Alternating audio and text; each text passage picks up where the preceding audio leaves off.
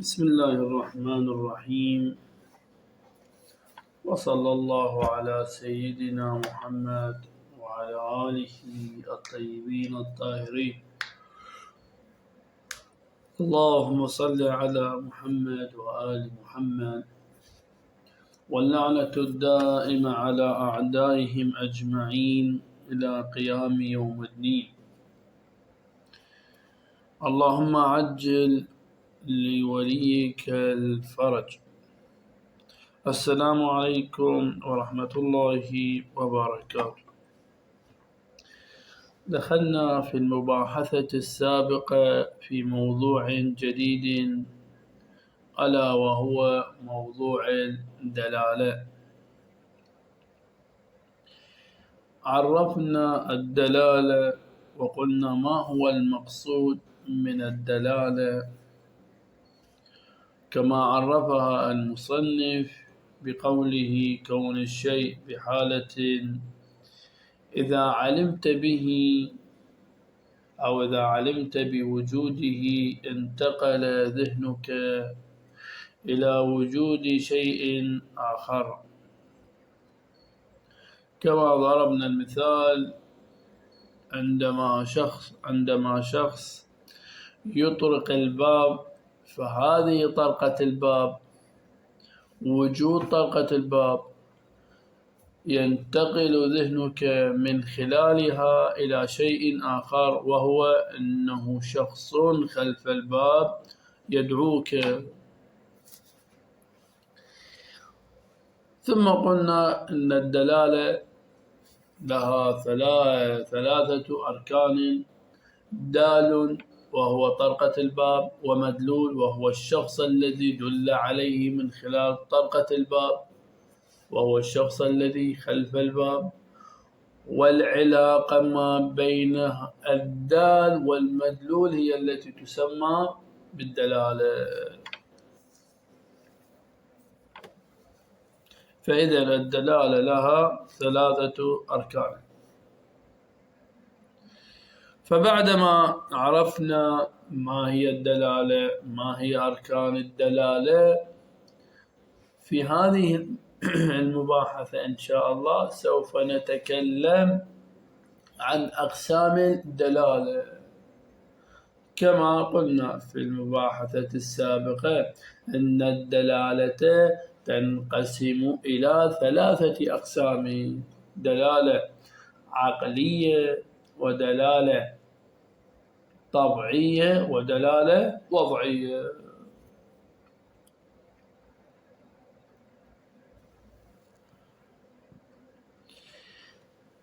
قلنا سابقا توجد علاقة بين الدال وبين المدلول، يعني بين طرقة الباب وبين شخص أو الذي هو خلف الباب يدعوك، فتوجد علاقة بين الدال والمدلول. وقلنا وهذا هو الركن الثالث. فهذه العلاقة بين الدال وبين المدلول تارة تكون علاقة واقعية تكوينية. تكوينا هذه العلاقة يعني في الواقع والتكوين هذه العلاقة موجودة.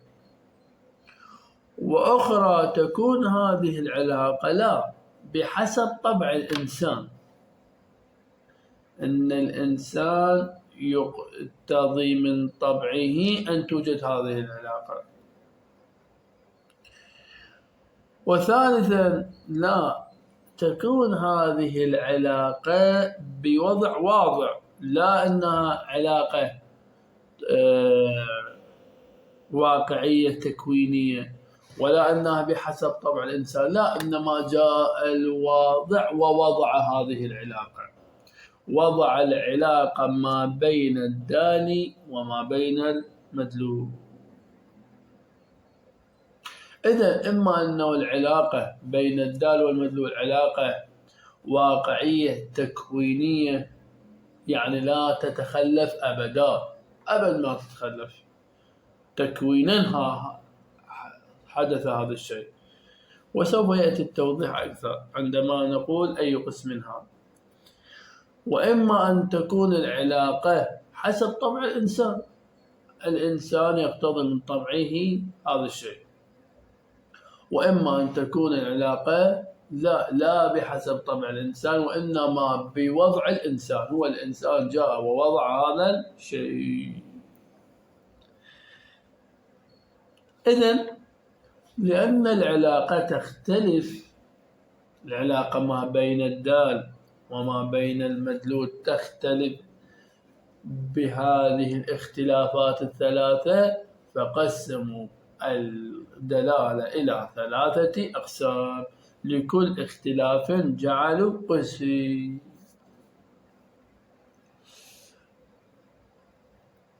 فالعلاقة إذا كانت بين الدال والمدلول علاقة واقعية تكوينية الحمد لله، إذا كانت علاقة واقعية تكوينية هذه يقال لها علاقة عقلية. وسوف يأتي بحث كامل حول العلاقة العقلية أو الدلالة العقلية. وإذا كانت العلاقة ما بين الدال وما بين المدلول علاقة بحسب طبع الإنسان، فقالوا هذه الدلالة طبيعية بطبع الإنسان.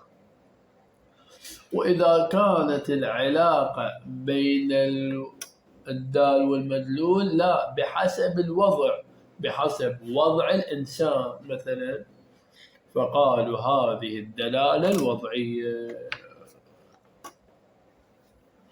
جيد. إذن عندنا 3 أقسام للدلالة، إما أن تكون دلالة عقلية، وإما أن تكون دلالة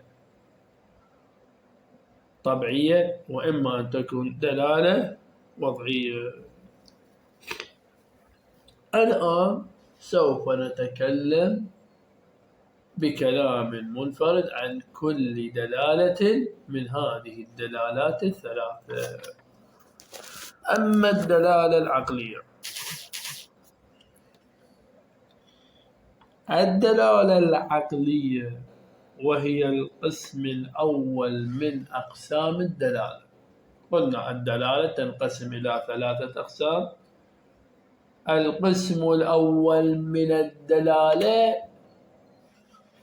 وهي الدلالة العقلية.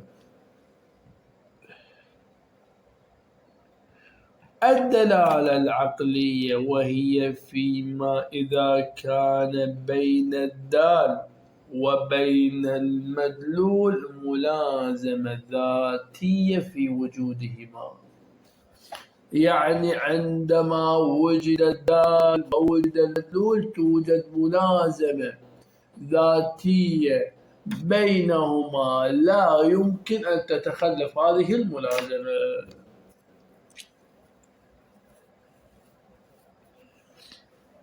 فتوجد ملازمة ذاتية بينهما في الخارج، هذه الملازمة الذاتية لا يمكن أن تتخلف. مثل من الدلالة العقلية؟ مثل ضوء المصباح يدل، أو عفوا ضوء الصباح يدل على طلوع الشمس.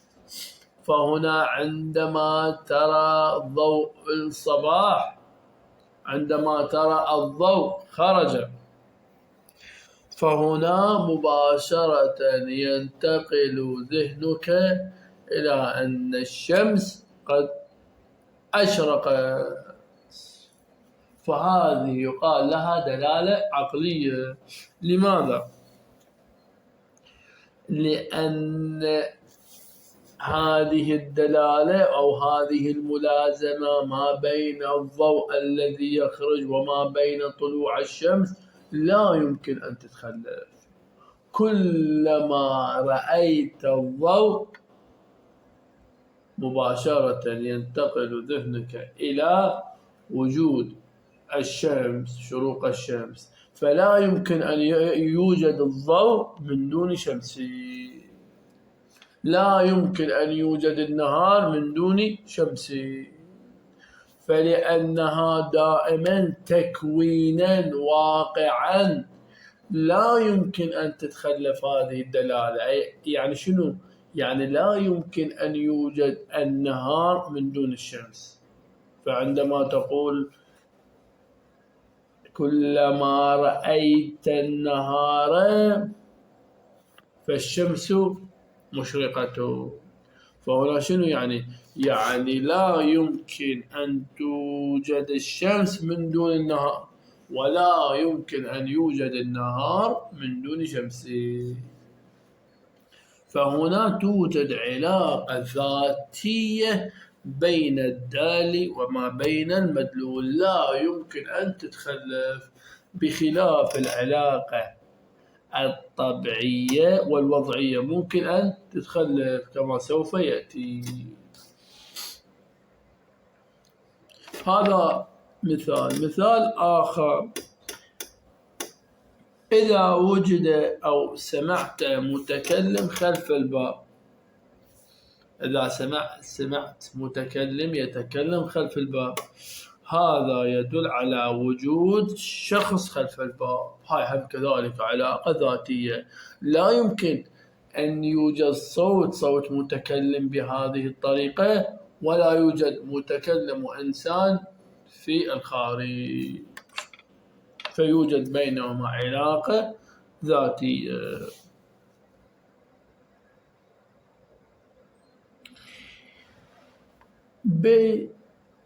بتعبير آخر، بعبارة أخرى، الدلالة العقلية هي فيما إذا كان بين الدال وبين المدلول علاقة ذاتية تكوينا، أي في عالم الكون إذا وجد هذا يوجد ذلك.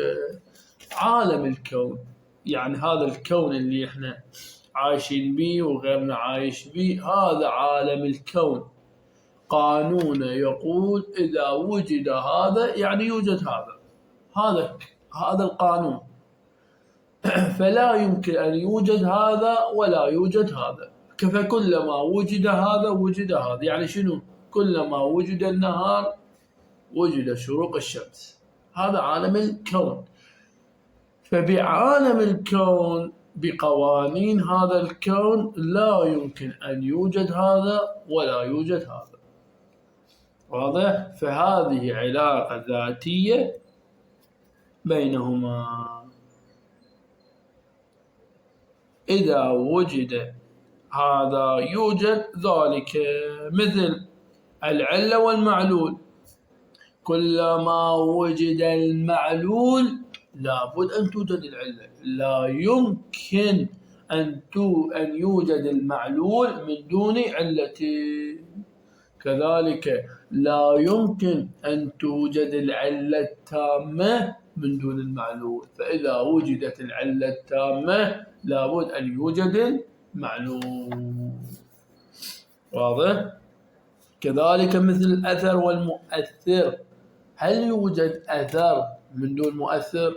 لا. إذا وجدت أثرا في الأرض فهنا تتيقن بأنه شخص كان هنا. مثلا مثال عرفي يقرب لنا الصورة. إذا وجدت أنت ذهبت إلى مكان وتعتقد بأن هذا المكان لا يوجد به أحد، فذهبت إليه، فعندما ذهبت إليه وجدت في هذا المكان مائدة من الطعام، فيها طعام، ووجدت إلى جانبها فراش لكي يجلس عليه، ووجدت شايا وجدت شاي.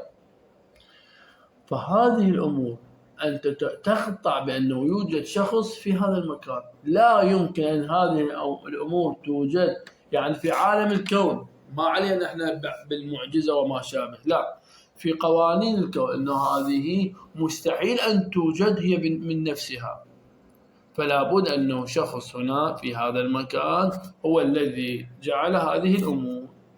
فعندنا إذن دال وعندنا مدلول وعندنا علاقة بينهما. إذن الدلالة العقلية هو ارتباط ما بين الدال والمدلول، ارتباط حقيقي، ارتباط واقعي لا يمكن أن يتخلف. ولهذا صارت الدلالة العقلية ذاتية ما بين الدال وما بين المدلول. جيد. إذن هذا هو المقصود من الدلالة العقلية. هذا القسم الأول من أقسام الدلالة. القسم الثاني من أقسام الدلالة ألا وهي الدلالة الطبيعية. أولا، ما هو المقصود من الدلالة الطبيعية وما هو المراد؟ قلنا قبل قليل أن الدلالة الطبيعية يعني بحسب الطابع، بحسب طبع الإنسان، يعني طبع الإنسان هو الذي يقتضي هذا الشيء. إذن الدلالة الطبيعية هي ما كان التلازم بين الدال وبين المدلول بحسب ما يقتضيه الطبع البشري، بحسب ما يقتضيه الطبع البشري.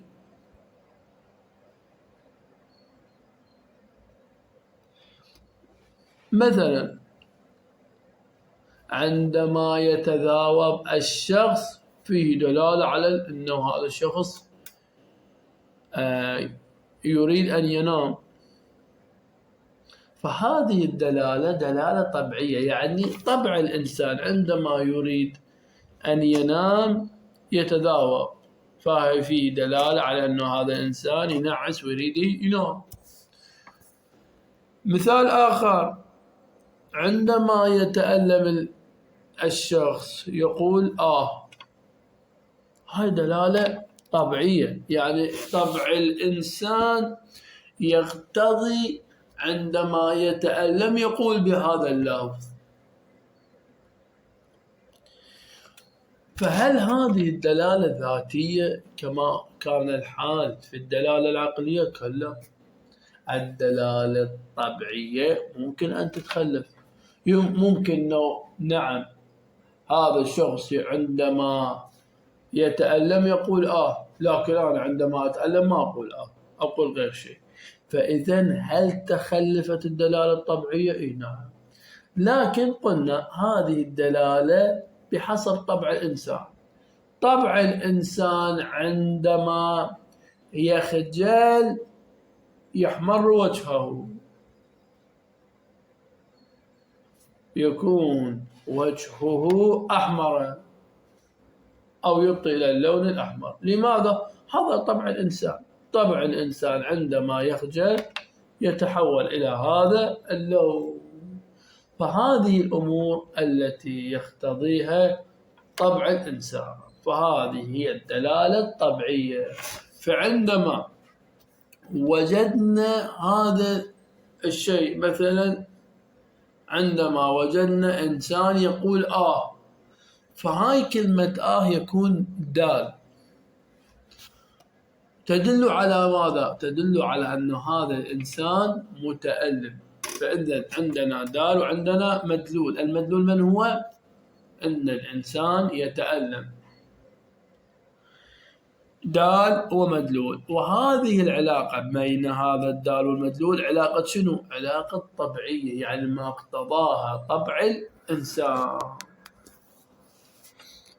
وكما عبر البعض الفطرة التي فطر الله الناس عليها.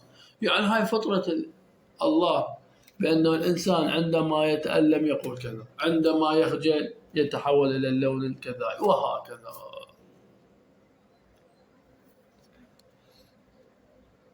هذه هي الدلالة الطبيعية. إذن عرفنا الدلالة العقلية وعرفنا الدلالة الطبيعية. الآن في القسم الثالث، ألا وهي الدلالة الوضعية.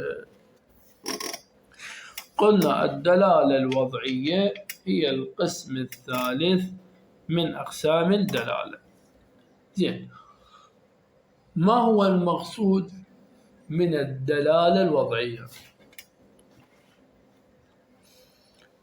الدلالة الوضعية وهي ما كان التلازم بين الدال وبين المدلول بالجعل والتخصيص. يعني شنو؟ يعني يوجد هذه العلاقة بين الدال والمدلول. كيف نشأت؟ نشأت من خلال الجعل، عندما جعل هذه العلاقة، ومن خلال التخصيص، خصصوا هذا الشيء لهذا الشيء. مثال حتى تتقرب الصورة: دلالة لفظ الأسد على الحيوان المفترس. لماذا عندما تسمع بلفظة الأسد ينتقل ذهنك إلى الحيوان المفترس، هذا الحيوان المعروف؟ لماذا وما هو السبب؟ نقول لأن هناك دلالة أن لفظ الأسد يدل على لفظ الحيوان المفترس. جيد، إذا عندنا دال وعندنا مدلول. الدال هو لفظ الأسد، المدلول هو الحيوان المفترس. هذا الانتقال وهذه العلاقة بسبب شنو؟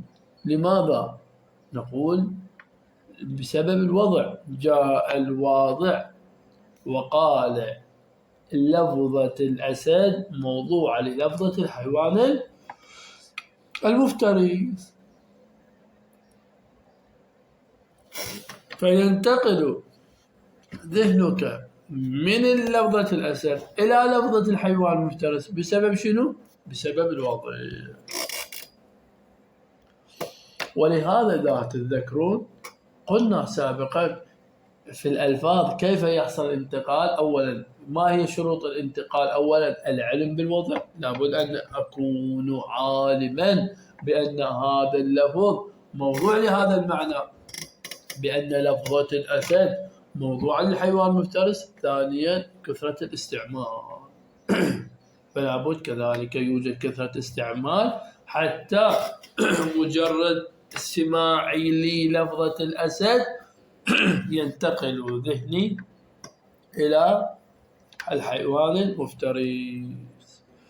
إذن الدلالة الوضعية هي علاقة بين الدال والمدلول بسبب شنو؟ بسبب الجعل والتخصيص. خصصوا لفظ الأسد للحيوان المفترس. فالواضع بوضعه وبتخصيصه لفظة الأسد للحيوان لهذا المعنى الذي هو الحيوان المفترس، يحصل الربط والتلازم وانتقال بين اللفظ والمعنى الموضوع له هذا اللفظ. فإذا ما هو سبب العلاقة؟ إذا مثلا سئلت قيل لك ما هو السبب عندما أسمع لفظة الأسد ينتقل ذهني إلى الحيوان المفترس، ما هو السبب عندما أسمع مثلا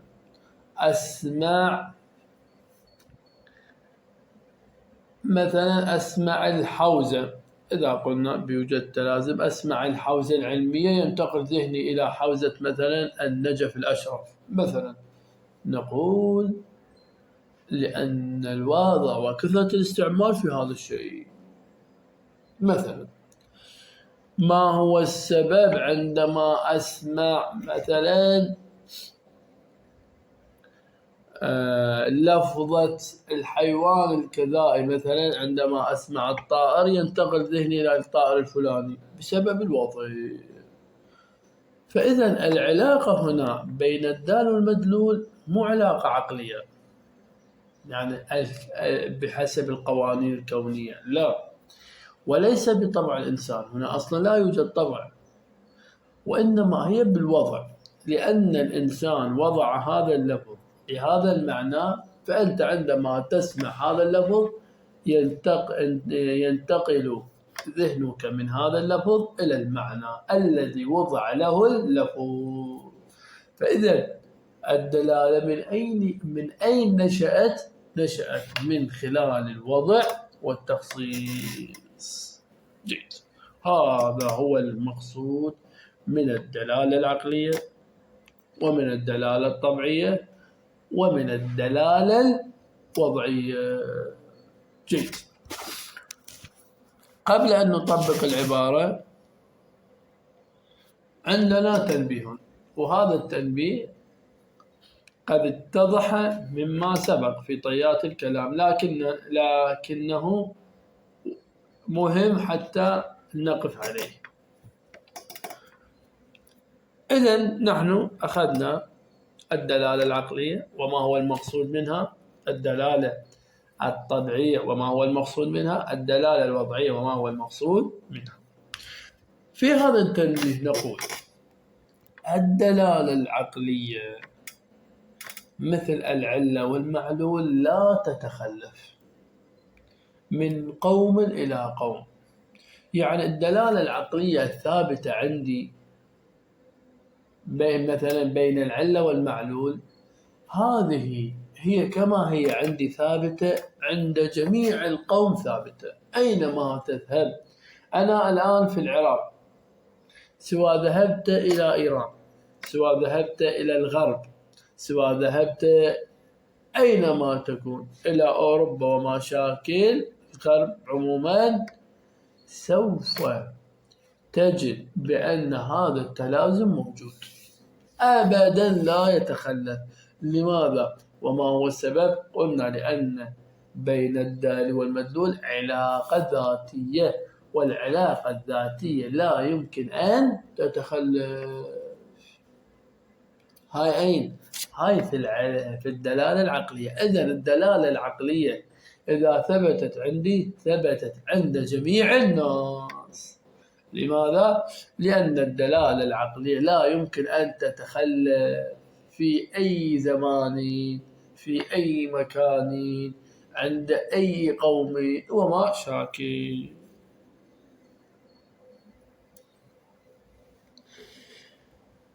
فإذا إذا وجد الدال وجد المدلول. هذا أين؟ في الدلالة العقلية، كلما وجد الدال وجد المدلول.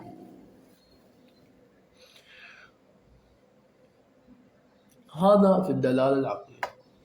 أما الدلالة الطبيعية مثلا قول آخ أو عند الوجع، هاي ممكن أن تتخلف، ممكن أن تتخلف من زمان إلى زمان ومن مكان إلى مكان وما شاكل.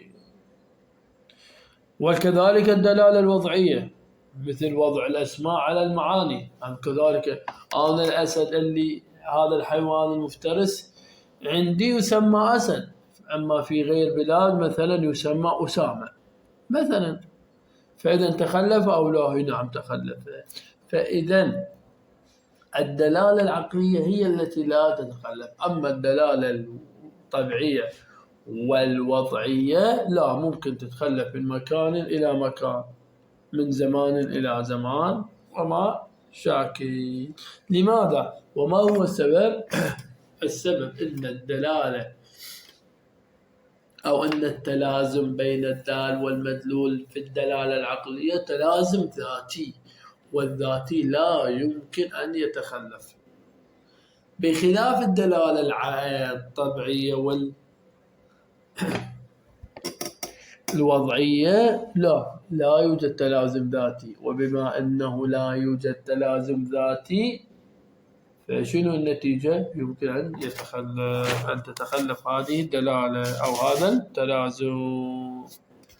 نعم، نطبق العبارة.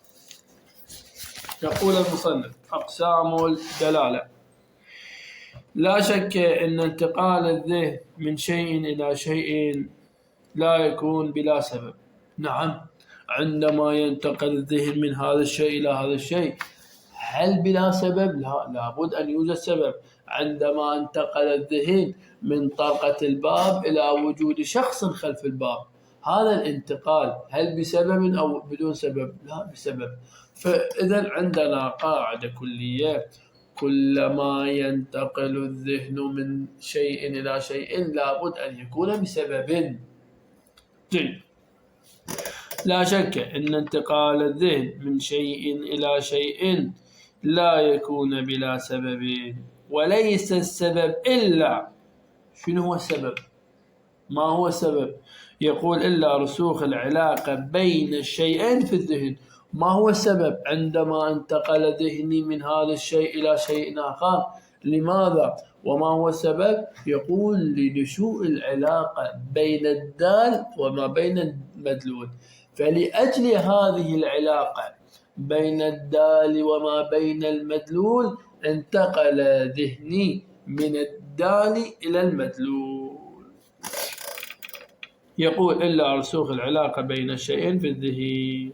وهذه العلاقة الذهنية، إذن عرفنا أنه يوجد علاقة ذهنية، ومن خلال هذه العلاقة الذهنية انتقل الذهن. يقول: وهذه العلاقة الذهنية أيضا لها سبب. نعم، قلنا بأنه توجد علاقة في الذهن بين الدال والمدلول. زين، ما هو سبب هذه العلاقة في الذهن؟ لماذا نشأت هذه العلاقة في الذهن؟ وما هو السبب؟ يقول: وسببها العلم بالملازمة بين الشيئين خارج الذهن. أنت تعلم بوجود الملازمة في الخارج بين الدال والمدلول، فلأجل هذا العلم بين الدال والمدلول انتقل ذهنك من الدال إلى المدلول. فإذا سبب العلاقة الذهنية هو العلم بالعلاقة الخارجية خارج الذهن. يقول: ولاختلاف هذه الملازمة في كونها ذاتية أو طبيعية أو وضعية. نعم، هاي الملازمة ما بين الدال والمدلول مختلفة، تارة تكون ذاتية وهي الدلالة العقلية، وتارة تكون طبيعية وهي الدلالة الطبيعية، وتارة تكون بوضع واضح وهي الدلالة الوضعية. يقول: وجعل قسموا الدلالة إلى أقسام ثلاثة: عقلية وطبيعية ووضعية. إذا سئلت ما هو سبب تقسيم الدلالة إلى ثلاثة أقسام؟ الجواب هو اختلاف العلاقة ما بين الدال والمدلول. تارة تكون العلاقة ذاتية، وتارة تكون طبيعية، وتارة تكون بوضع واضح. فلأجل اختلاف هذه العلاقة قسموا الدلالة إلى ثلاثة أقسام: عقلية وطبيعية ووضعية. الدلالة العقلية هذا القسم الأول، وهي أي الدلالة العقلية. الدلالة العقلية وهو التلازم الخارجي الذاتي، يعني يوجد تلازم ذاتي ما بين الدال والمدلول، أي لا يتخلف هذا التلازم. يقول: وهي فيما إذا كان بين الدال والمدلول ملازمة ذاتية في وجودهما الخارجي. فإذا الوجود في وجودهما الخارجي في الخارج خارج الذهن يوجد تلازم ذهني لا يمكن أن يتخلف، مثل من؟ كالأثر والمؤثر. فإذا علم الإنسان مثلا أن ضوء الصباح أثر لطلوع قرص الشمس، أنا عرفت أن الضوء عندما يخرج في الصباح هذا شو معناته؟ معناته أن قرص الشمس قد خرج، قد أشرقت الشمس. فبعد هذا علمي ثاني يوم شفت انه ضوء الصباح قد خرج، فمباشرة اعلم بان ان الشمس قد اشرقت. يقول: ورأى ضوء الصباح ورأى الضوء على الجدار ينتقل ذهنه إلى طلوع الشمس. علاقة ذاتية، أنا على الجدار رأيت الضوء، فمباشرة ينتقل الذهن إلى شروق الشمس قطعا. يعني شنو قطعا؟ يعني من دون أي تردد مباشرة عندما ترى الضوء على الجدار ينتقل ذهنك إلى شنو؟ إلى طلوع الشمس، فيكون ضوء الصباح دالا على الشمس دلالة عقلية ذاتية لا يمكن أن تتخلف. زين. ومثله إذا سمعنا صوت متكلم من وراء جدار فعلمنا بوجود متكلم ما. عندما تسمع متكلم يتكلم خلف الجدار، شنو يعني؟ يعني يوجد شخص إنسان يتكلم خلف الجدار. هذه شنو علاقة هذا الدال والمدلول؟ كيف ينتقل ذهنك إلى وجود شخص؟ تقول من خلال الدلالة الذاتية. الدلالة الذاتية شنو يعني معناتها؟ يعني الدلالة العقلية. جيد. يقول: الدلالة الطبيعية، وهي هاي القسم الثاني. الدلالة الطبيعية يعني منشأ الدلالة هو طبع الإنسان، وهي فيما إذا كانت الملازمة بين الشيئين، يعني بين الدال والمدلول، ملازمة طبيعية التي يقتضيها طبع الإنسان. فالملازمة التي يقتضيها طبع الإنسان شو نقول لها؟ دلالة طبيعية. وقد ويختلف باختلاف أطباع الناس. يعني شنو؟ يعني الدلالة الطبيعية ممكن أن تتخلف بحسب أطباع الإنسان، لا كالأثر بالنسبة إلى المؤثر الذي لا يتخلف ولا يختلف. فالدلالة الطبيعية يتخلف ويختلف، الدلالة العقلية لا يمكن أن يختلف ولا تتخلف. إذا الدلالة العقلية موجودة في كل زمان في كل مكان، هي دلالة عقلية لا يمكن أن تتخلف، بخلاف الدلالة الطبيعية لا ممكن أن تتخلف. بسبب شنو؟ بسبب اختلاف أطباع الإنسان. يقول: وأمثلة ذلك كثيرة، أمثلة دلالة طبيعية، فمنها اقتضاء طبع بعض الناس أن يقول عند الحس بالألم، عند التوجع مثلا. فالإنسان يقول عند التوجع مثلا، عند التأسف والتضجر. عندما يضوج الإنسان يقول مثلا. نعم. ومنها اقتضاء طبع البعض أن يقرع أصابعه ويتمطع عند الضجر والسؤال. بعض الإنسان عندما يضوج وعندما يحزن أن يطقق أصابعه مثلا. بعض الناس زين، أو يبعث بما يحمل من الأشياء، أو بلحيته أن يلعب بلحيته. هذا الإنسان عندما يفكر، عندما يضوج يقوم يلعب بلحيته مثلا، أو بأنفه، أو يضع إصبعه بين أعلى أذنيه وحاجبيه عند التفكير، أو يتذاوب عند النعاس. هذه جميعا أطباع الإنسان يفعلها. هاي العلاقة عندما نرى هذا الإنسان يفعل كذا ينتقل ذهننا إلى أنه هذا الإنسان ينعس. هاي شنو العلاقة؟ ما سبب انتقال، نقول سبب هو طبع الإنسان. فيقول: فإذا علم الإنسان بهذه الملازمة، إذا عرفت بأن النعاس دلالة على التذاوب دلالة على النعاس، فإذا علمت بهذا الشيء بهذه الملازمة فإنه ينتقل ذهنه من أحد المتلازمين إلى الآخر مباشرة. عندما أرى أن الإنسان يتذاوب ينتقل ذهني إلى أن هذا الشخص يريد أن ينام بعدما علمت. فإذا سبب الانتقال شنو هو؟ الدلالة الطبيعية، طبع الإنسان. يقول: فعندما يسمع بكلمة آخ ينتقل ذهنه إلى أن متكلم الذي قال آخ يحس بالألم. وإذا رأى شخصا يبعث بمسبحته بالسبحة يعلم بأنه في حالة التفكير، وهكذا. فسبب الانتقال شنو هو؟ هو الطبع، طبيعة الإنسان.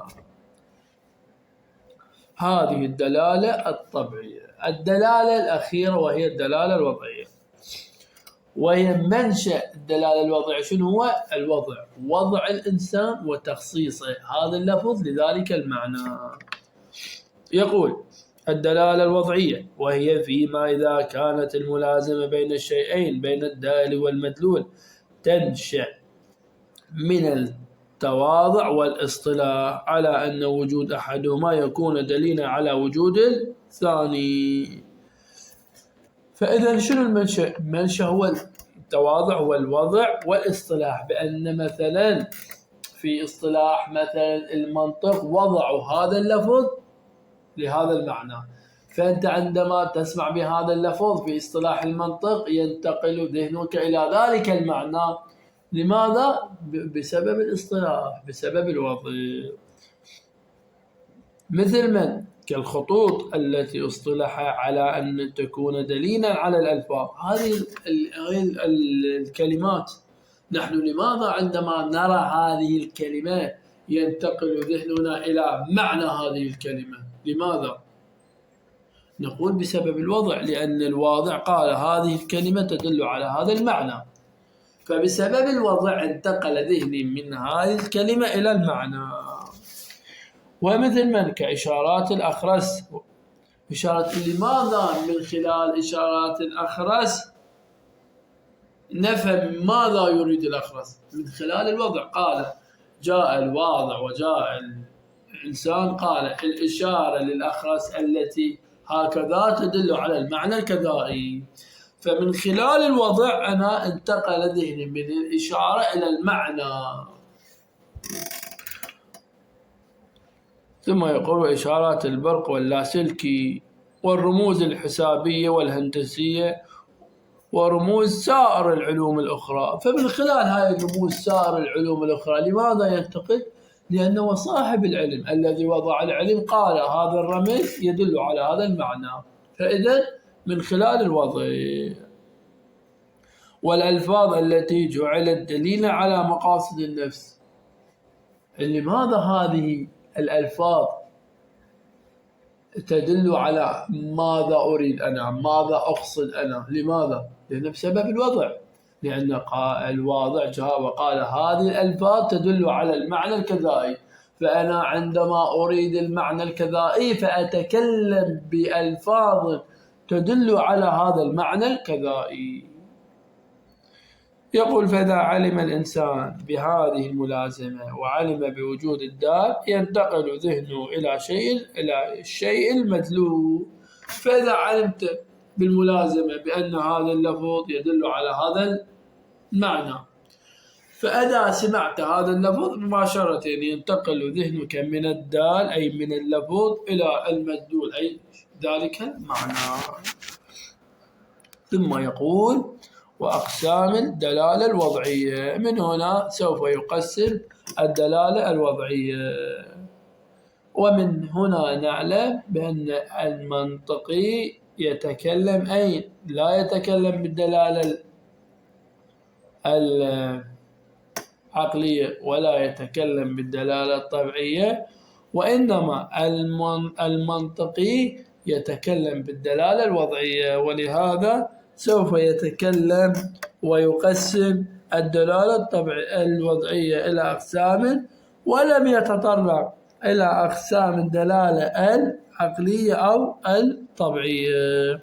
وصلى الله على محمد وعلى آله الطيبين الطاهرين. اللهم صل على محمد وآل محمد.